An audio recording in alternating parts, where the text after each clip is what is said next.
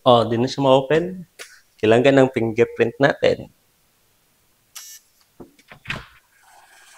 Open na. In the image of God he created him. Male and female he created them. God blessed them and said to them, "Be fruitful and increase in number."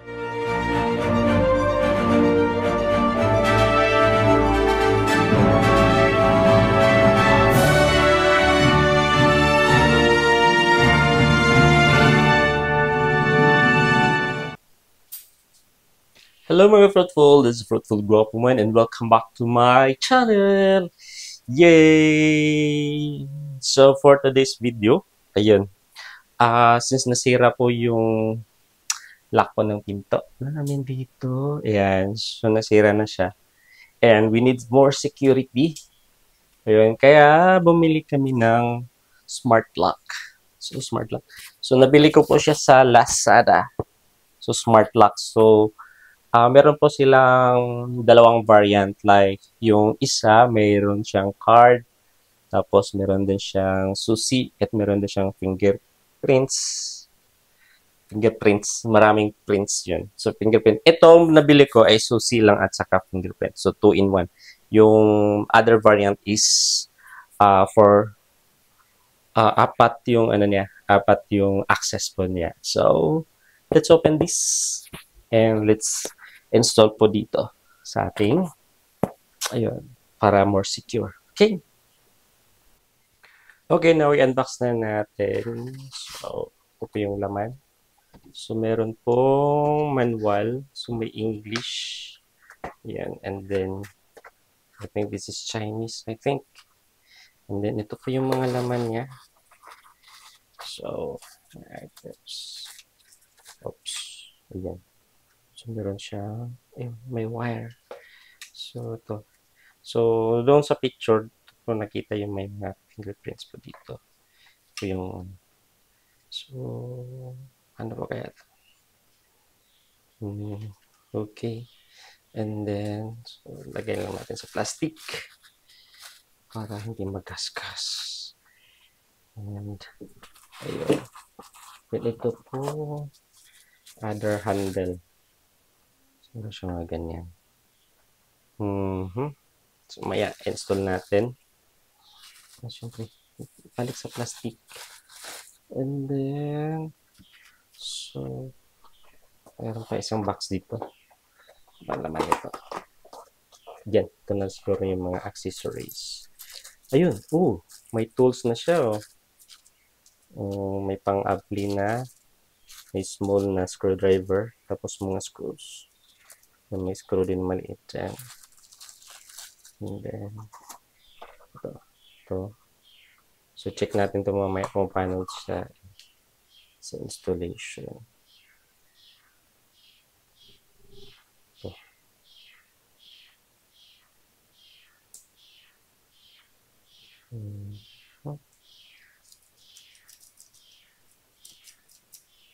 Alright. And then, ito. Ayan. And then, ayan. So, yun ang mga basic na mga, so, tingnan natin paano siya i-install mamaya. Alright. Alright, para dito, para sa una nating so sa mga items natin na pakita natin kanina sa nakuha natin sa laman po ng box. So, ayun, may nakita tayong manual. Ayun, so, yun po yung manual, ang guide po natin paano i-install at ano po yung mga instructions. Nandito po yung lahat ng instructions na nakalagay. So, dito sa pag wala tong manual, so ito yung guidelines natin. So, pag wala yung manual, so mahirapan tayo na i-visualize kung paano natin gagawin po yung at saka yung mga materials po doon, kung para saan yun. So, ganun po yun pag mga gamit. Like sa appliances, so kailangan din po natin ng manual para sa paggamit ko nito. Pero alam niyo po ba na meron napakagandang manual na dapat natin alamin at basahin para po magiging maayos po yung gagawin po natin. Alam niyo po ba yon? So, may ideya po ba tayo? Okay po. So, I'll give you 20 seconds para mag-type po kung ano po yung, mag-guess niyo po ba yung pinakamagandang manual. Okay? So, okay, in 1, 2, 3, 20 seconds starts now.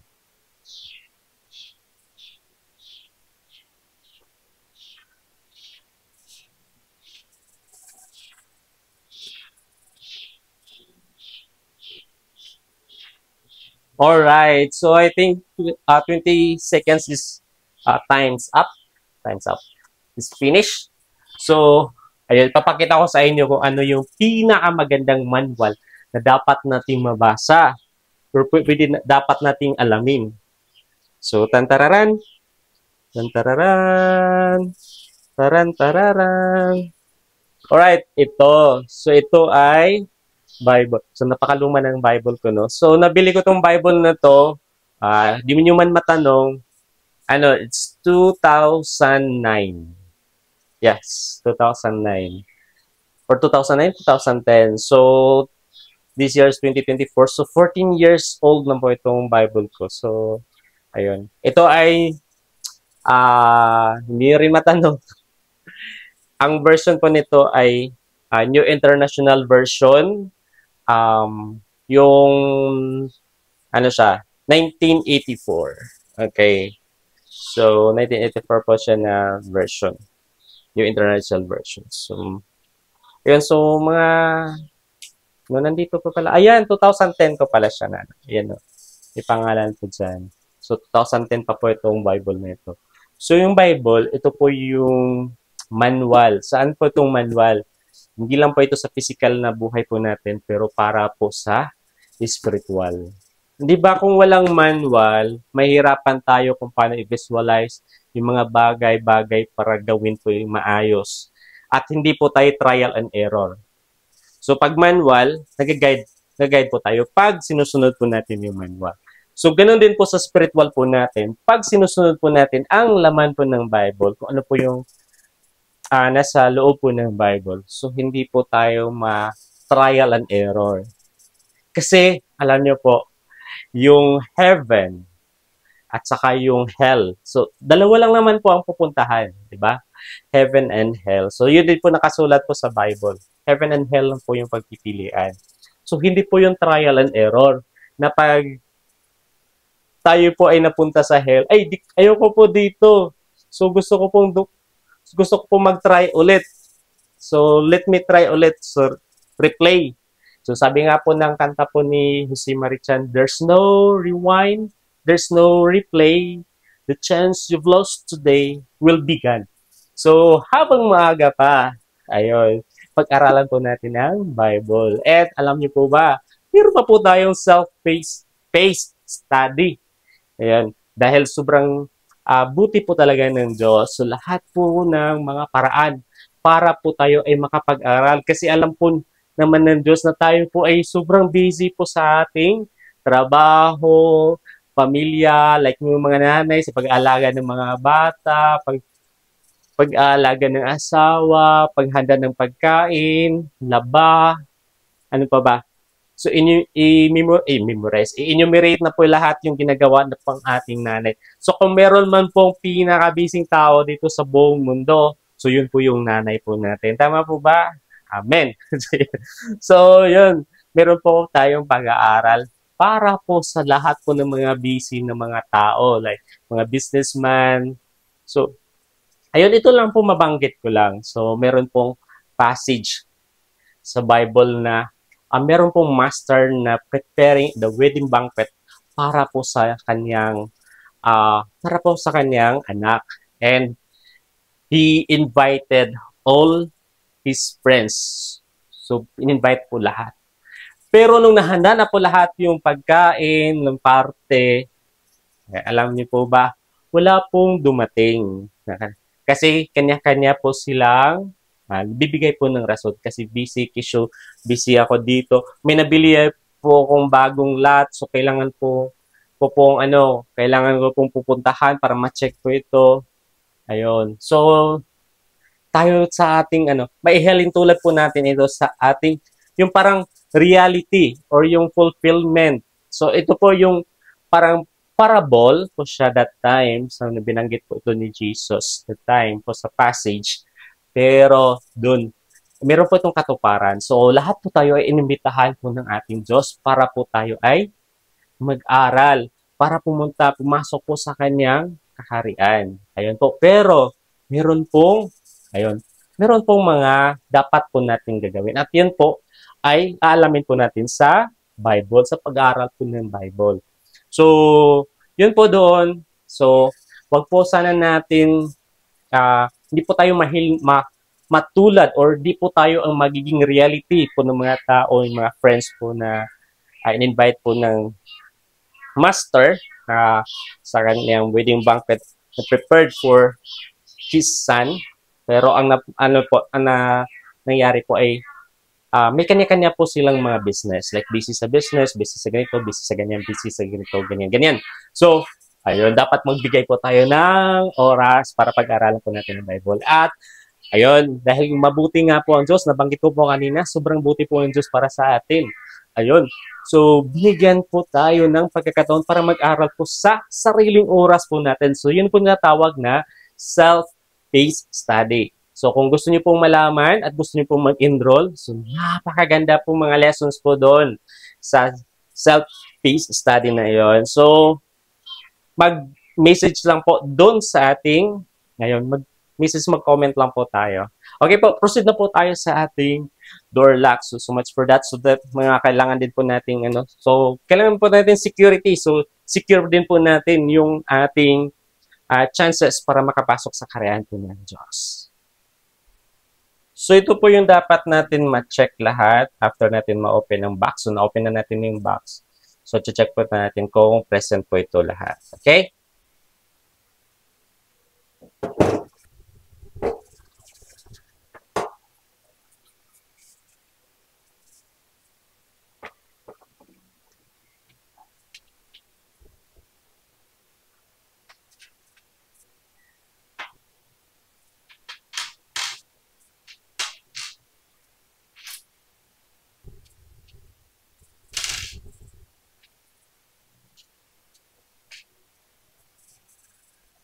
So, yun, na-fix na po natin. And next natin i-fix ito sa pinto. So, may butas na siya dito kasi papalitan lang naman natin ito eh. So, may butas po siya dito. Fix natin lang ganyan. And then, ano na lang natin. Yun. And then, screw natin siya.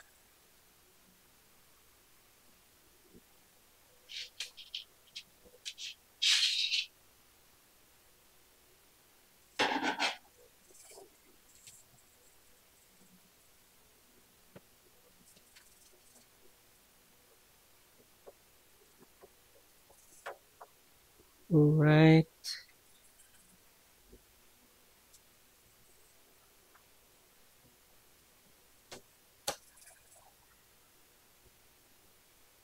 So, hindi na tayo nahirapan dito kasi nagka-screw na. Magpapalit lang naman tayo. Importante ay so, dapat maano ko siya. So, ito po yung sa labas. Ayan. Diba? Since ito po yung ito po siya. So, yan. Ganyan siya dito. Okay. And ito, ilalagay natin to sa square. Ito po yung square. Pasok natin dyan.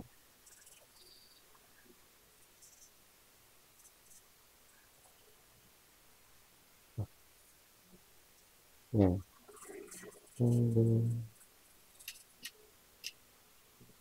Okay, yun.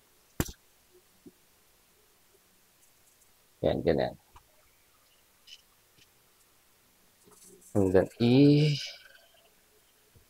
ano natin dito. Yan. Ang dapat, Pasok ko siya. Ganun.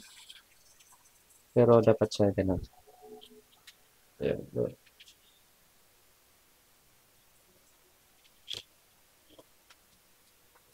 So, ganun po yung ano pala, ganun siya. So, mabigat. Okay.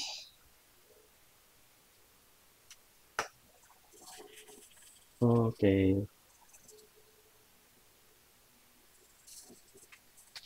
Ito, since parang mahaba siya dito, so, ang gagamitin natin itong mas shorter. Yun. So, dito, connect muna natin siya dito. So, meron siyang, ano dito. Yan, yan. Ito ba yun? Ito. Yan. So, connect siya dyan. Then, ito rin.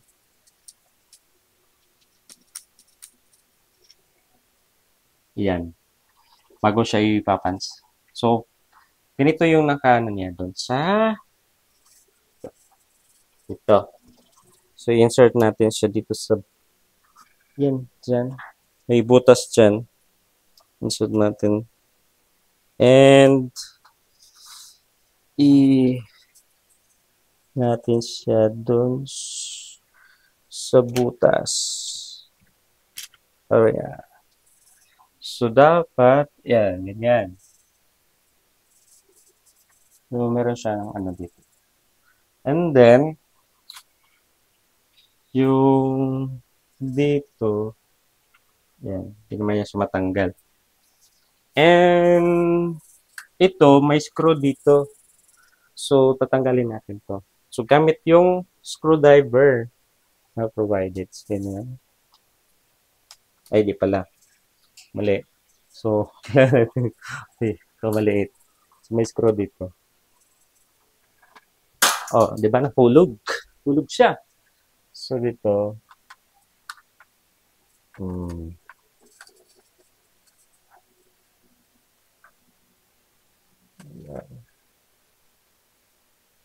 So, dito pa nabasa lahat ng wall dito. And then, yun, pagbukas, tantararan. So, dito yung, ano, tapos meron siyang lagayan ng battery. Ayan. Lagayan siya ng battery. Okay.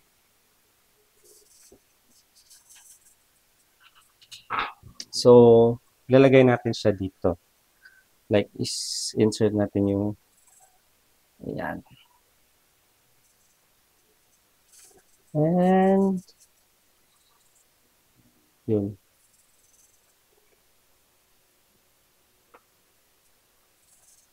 Alright.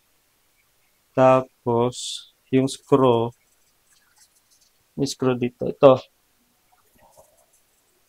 yung gagamitin natin. And, so, para makita natin, kasi may screw siya. Tapos, yun. Para makita natin yung screw, saka natin siya. Yan.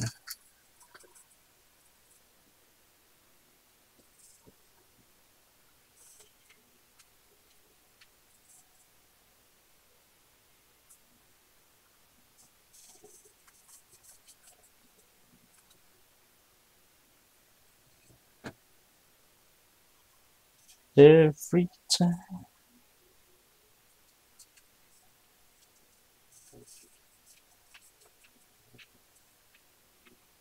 Yun, pakiramdaman lang na mapasok siya. Kasi ito, kailangan natin na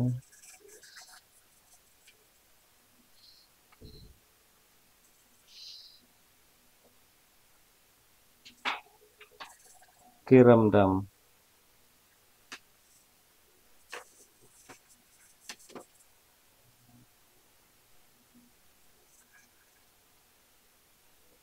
Hindi siya higpitan. And then ito,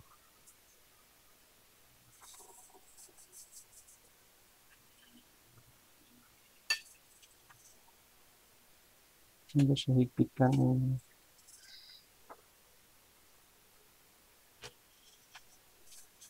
Yun.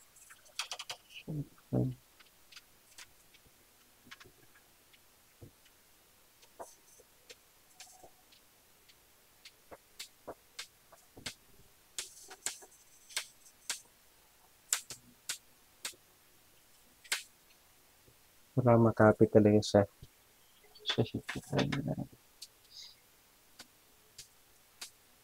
Yun.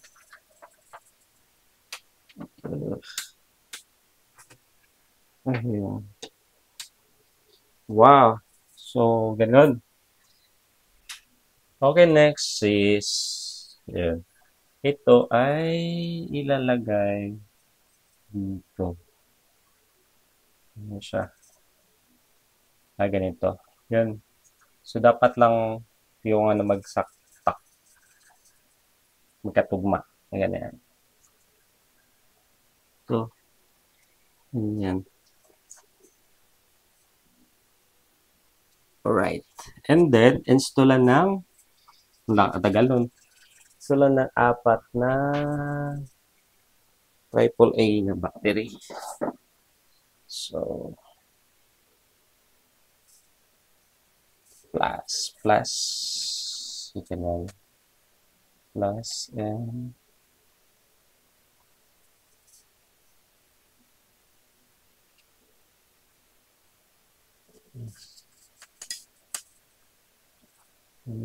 plus minus and then plus after ano siya.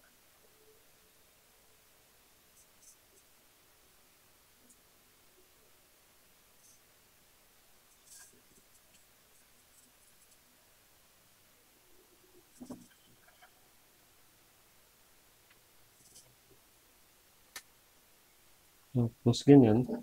And then, install dito yun.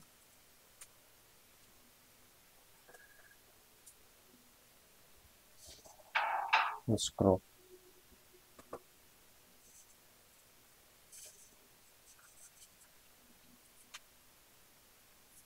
Wala umandar. Umandar ah.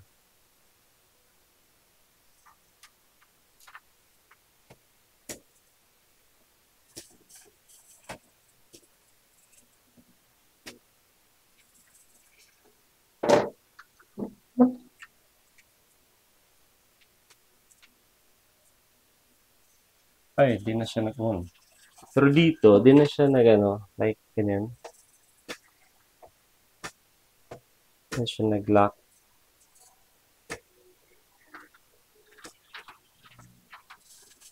So, tatry natin yung susi. Kumanlock siya ng susi. So, yung susi niya dito.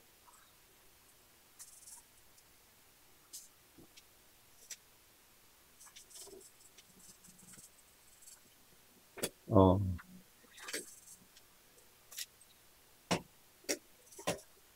Pero kung wala siyang ano, uy, yun, may ano na siya. So, siset na natin yung fingerprint. Mag-register ng fingerprint. So, pindutin lang po ito. And then, mag-light siya ng blue dito. Ito. Yan, may blue siya na light. Tapos, ano lang po yung fingerprints. And then, ano na po siya. Ma-add na po siya.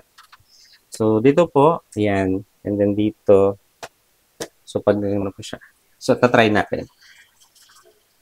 So, try natin kung mag-function po siya. Okay. Sarado na. Ayun. And then,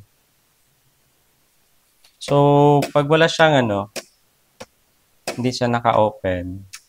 So, kanula siya. Okay. Pero, gamitan natin ng fingerprint.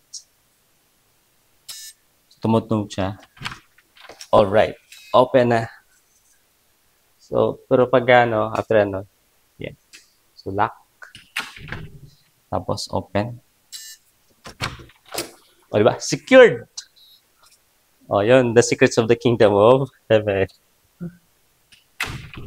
Alright. Pwede din susi. Ito yung susi niya.